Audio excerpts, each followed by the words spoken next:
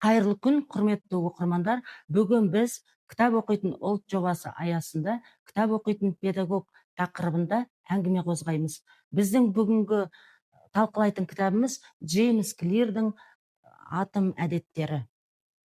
Бұл кітапта адам төңірегіндегі кішкентай әдеттердің үлкен өзгеріске алып келетінін түсіндіреді.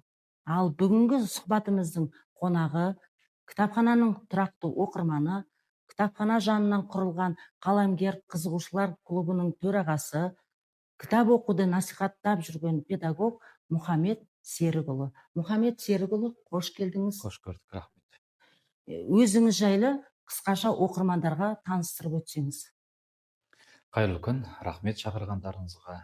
Мен осы Қарқаралы әкімдігі, Қарқаралы жастар ресурс орталығында конфессияаралық қатынастар мәселелерін зерттеу және талдау бөлімі бар.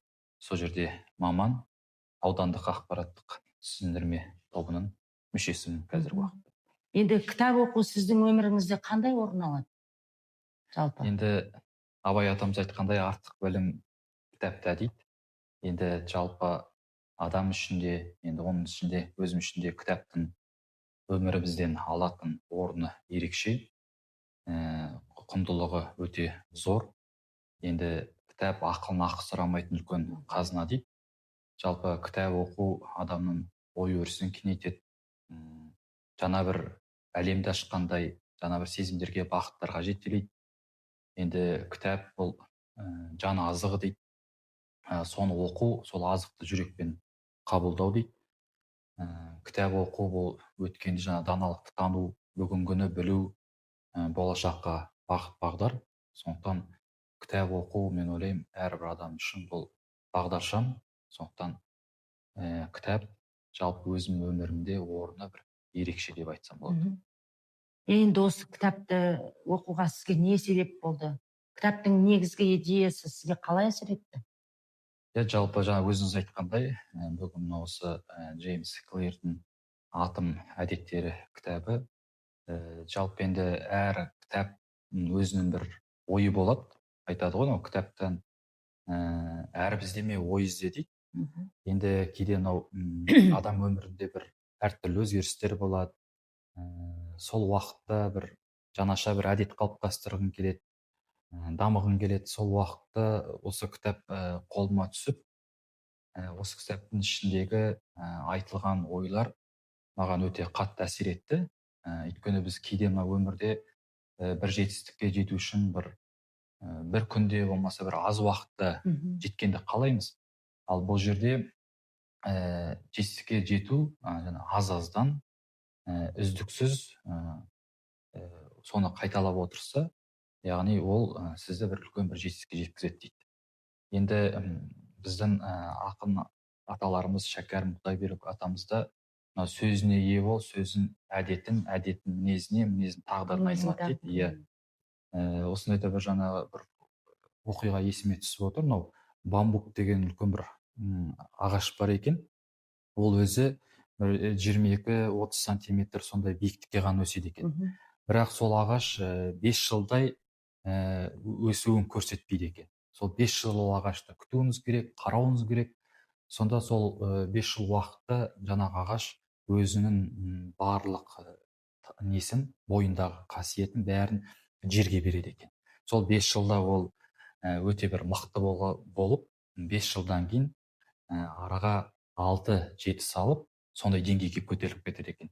Сонда қарасақ, кішкентай ғана әдет сізді үлкен бір жетістікке жетелейді. Енді біз өмірімізде де қарасақ, көп бөлшегі әдеттерден, іс-әрекеттерден құралады. Біз кейде бір таңертең тұруымыз, бір жүруіміз, бір істер жасауымыз бәрі осы әдеттен туындайды. Сондықтан енді сол уақытта, сол кезде қолыма осы кітап түсіп, осындай бір жақсы әдеттерді қалыптастыруға, сондықтан бір енді алдыға мақсат қоямыз. Сол мақсатқа жету жолындағы маған жолдарын көрсеткені бір сондай бір маған пайдасы тиді бұл кітаптың жалпы. Енді сізге әсер еткен осы бір оқырмандарға айтатын бір осы кітап туралы кеңесіңіз бар ма? Жалпы енді осы кітапты оқып шыққан кезде бағанағы айтқандай әріп іздеме ой ізде дейді. Жалпы бұл жерде осы Джеймс Клир өзі әлеуметтік желі ғой қазір дамыған. Сол жерде өзінің әдеттерін қалыптастырған, өзінің өміріндегі соларды осы әлеуметтік желіге салып отырған.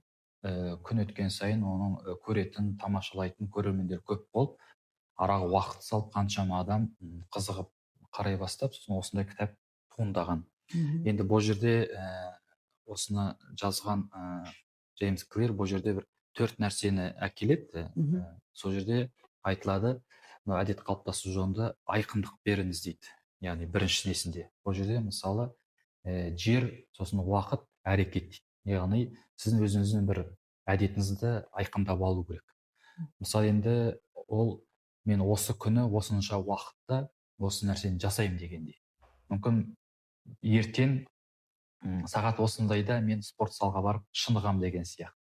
Болмаса мен осы күні осы уақытта мысалы ағылшын тілін оқимын деген сияқты өзіңіздің мақсатыңызды бір айқындап алыңыз дейді. Сол адамға өте бір оңай болады дейді. Кейде бір спортқа жазыламыз да, оны бізге бір қиыншылық туындайды, айқындап оны белгілемегеннен кейін. Екінші, бұл жерде тағы айтатыны тартымдылық дейді. Тартымдылықты беріңіз дейді. Енді ми кейде еріншек болады. Соны өзімізге қаратып, бір кішкентай баланы өзіңізге алдаған сияқты, бұл жерде сіз мимен бір арада бір тартымдылық, бір келісім болу керек.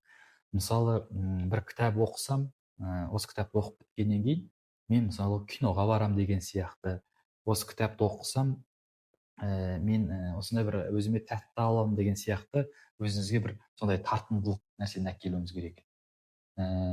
Сосын жаңағы бір несінде айтады, мынау бір кеңістік, бір тапсырма деген қағиданы ұстанады. Бізден кейде жасыратын жоқ, қазір мынау әлеуметтік желі бүкіл өмірімізге кіріп кетті ғой. Кейде мынау ас бөлмеге кірген кезде, яғни бір кеңістікте сіз ас бөлмеге кірген кезде тек қана бір тамақ ішу, жақыныңызбен араласу, жатын бөлмеге кірген кезде бұл жерде бір өзіңізге әдет қалыптастыру, яғни жатып демалу деген сияқты. Екінші бір тапсырманы кіргізбеу. Сонда адам асханаға кірген кезде тамақ жеуді ғана ойлайды, жатын бөлмеге кіргенде жату керек, жұмысқа келген кезде мысалы сіздің үстеліңізде жұмыс істері тұрса, сіз ол жерге келгенде жұмыс істеп, екінші тапсырманы қоспайды дегендей. Үшінші неде ауырлатпа, жеңілдет дейді. Яғни сіз өзіңіз бір кітап оқығыңыз келіп тұрады қатты, бірақ сіз мысалы 100% оқығыңыз келіп тұрса, соны бір 50%-ын өзіңіздің оқуыңызды соған неңізді салыңыз дейді, зейініңізді салыңыз дейді. Сонда бұл да бір адамға қатты бір әсер етеді. Төртінші жаңағындай ләззат дейді. Ол да бір сол жаңағы тартымдылыққа келеді, яғни ләззат алу, өзіңізге сол нәрсені қиындатпау деген сияқты. Сосын бір нәрсені өткізіп алсаңыз, ол кездейсоқ дейді. Екінші рет жолықпаса, ол әдетке айналады дейді. Яғни біз кейде бір неде мән бермей қаламыз, екіншісінде оны тағы да жіберіп алсаңыз, онда сізде бір жаңа әдет қалыптастыру жатыр деген сөз. Сондай бір әдеттің бір оңай қалай пайдалану керек, адам өмірінде оған жету үшін қалай бару керек жолдарын көрсетеді. Ана бір сөз айтады, сен жолға шық, жол өзі жеткізеді дейді. Бұл жерде сол сіз бірінші мақсат қоясыз, сол мақсатқа жететін жолды осы әдеттер арқылы аз-аздан үздіксіз сол мақсатыңызға жеткізеді. Сондай жоспарларды, сондай іс-әрекеттерді әдемі келтіреді осы кітапта. Енді сіз бір керемет кітапты таңдап оқыған екенсіз. Осы сіздің кәсіби дамуыңызға осы кітаптан бір әсер алып көмектесті ме өзіңізге?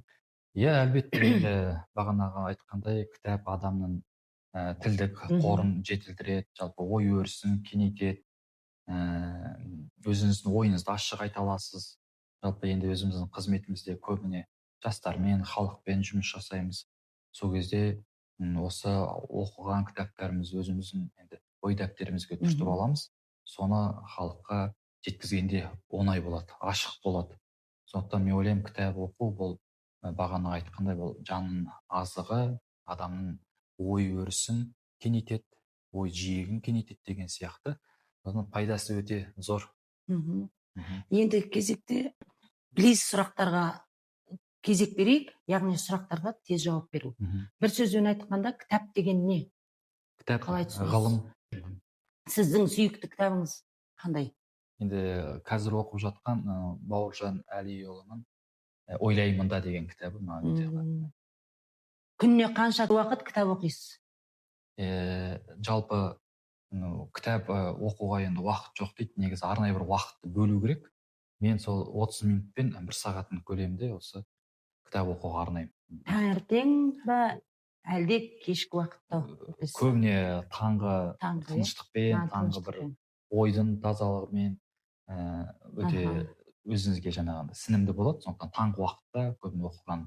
Қағаз кітаппен бе әлде электронды кітаппен бе? Енді екеуі де десе болады. Екеуінде де. Бірақ енді әлбетте қағаз кітап иісін сезіп, жаңағындай қолыңызбен ұстап, ойыңызда қалады. Иә, электронмен көбіне жолда жүрген кезде сондай уақыттарда енді пайдаланамын. Екеуін де оқимыз десек. Енді оқырмандарға қандай кітап ұсынар едіңіз? Енді қазіргі уақытта оқуға. Иә, енді қазір жалпы кітап оқыған кезде адам бірінші өзінің қалауын білу керек. Сол кітаптың авторымен, жаңағы жазушысымен танысу керек. Оның жаңа мазмұнын қарау керек. Жалпы қандай кітап деген сияқты бірінші қарап шығу керек. Одан кейін жаңағы кітап оқуда бірінші өзі осы кітап оқитын адамдардың жалпы өздерінің ұстаздардың айтатыны, мынау 50 бет ережесі деген бар. Жалпы бір кітапты қолға алған кезде сіз бір 50 бетін оқып қарап шығасыз. Сол 50 бетінде сіз өзіңізге бір ойыңызға түртіп алатындай бір түсінікті бір сізге жетерліктей мағына болса, онда ол кітап сізге қызықты әрі қарай жалғастыруға болады. Ал егер сол 50 минутта сіз өзіңізге керегіңізді ала алмасаңыз, ештеңе түсінбесеңіз, енді ол кітапты жауып қоя салған дұрыс дейді. Өйткені енді адам үшін уақыт деген құнды байлық, уақытыңызды сіздің алмайды. Сондай-ақ кейде бір адамдар асығып оқып тастайды, кейде біраз уақыт салып оқиды. Сонда бұл жерде айтады, бір 15 бет, болмаса бір күніне 30 минут оқу. Сондай-ақ мына кітапты оқыған кезде қарындаш дейді қолына, өзіңізге керекті сөз тіркесін түртіп отырсаңыз, ол ертеңгі күні сол жерде өзіңізге ойыңызда қалатындай. Болмаса бір қазір енді әлеуметтік желінің дамыған заманы, әлеуметтік парақшаға өзіңізге бір жеке бір парақша жазып соны салып отырса, ол да бір сізге пайдалы. Енді білім, бұл енді қайталау білімнің анасы дейді, оны қайталап отыру, сондай оқыған кітабыңызды бөлісу, жалпы өзіңіз ортаңызбен бөлісу, соны айтса, жалпы сол кітап сізге үлкен бір пайда істеп, жалпы ол кітап оқығаннан кейін ол сізге ертеңгі күні өзіңізге де бір әр жерде өз керегіңізге жарау керек қой. Сондықтан осында бір кеңес берер едім. Енді әркімнің талғамы әрқилы. Қазір енді өзім ойлаймында деген кітап оқып жатқаннан кейін енді осы кітапты да бір ашып, бір оқып көруге кеңес беремін. Жалпы енді әдет қалыптастыру жолында егер өздері қалап жүрсе, мен осы атом әдеттер деген кітапты да оқуға кеңес берер едім. Жақсы, міне жақсы оқырмандарға жақсы бір кеңес беріп жатырсыз. Енді жас педагогтарға кітап оқуға байланысты қандай кеңес берер едіңіз? Я жалпы алдында айтып кеткендей, артық білім кітапта, мынау бір ел бір кітап деген жобалар жүзеге асып жатады. Оны жаңағы педагогтарға, жас өнерпаздарға, кітап сүйер қауымға енді бірінші бағанағы айтқан негізгі ойлар соларды ұсынар едім. Жалпы кітапты қандай білу, бірінші өзіңіздің ойыңызды не қалайсыз, сол кітапты алып, соның жаңағы авторларымен танысу, мазмұндамасымен танысу, 50 бетін оқып болғаннан кейін өзіңізге ол пайдалы ма, сіздің ойыңыздан шығады ма деген сияқты соның бәрін қарап шығу. Енді әрине әртүрлі кітаптар өздеріңіздің қалауларыңызда біздің қазақи құндылықтарымызды насихаттайтын, сондай-ақ міне кейіннен жаңаша бағытта шығып жатқан осындай әдет қалыптастыратын кітаптар оқып, өздеріңіздің ой көк жиектеріңізді кеңейтуге әрқашанда уақыт бар. Сондықтан оқыңыздар, кітап оқитын қоғам көп болсын, жастар көп болсын деп тілеймін. Жақсы. Жалпы айтарым. Бүгін біз кішкентай әдеттердің үлкен өзгерістерге әкелетінін талқыладық. Атом әдеттері кітабы бізге жақсы әдет қалыптастырудың қаншалықты маңызды екенін көрсетеді.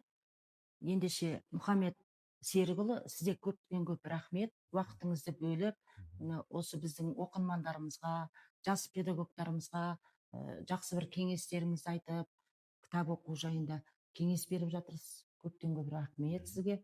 Құрметті оқырмандар, кітап оқу адамның рухани дамуының кілті. Сіздерді кітап оқуға шақырамыз. Келесі сұхбатта кездескенше қош сау болыңыздар.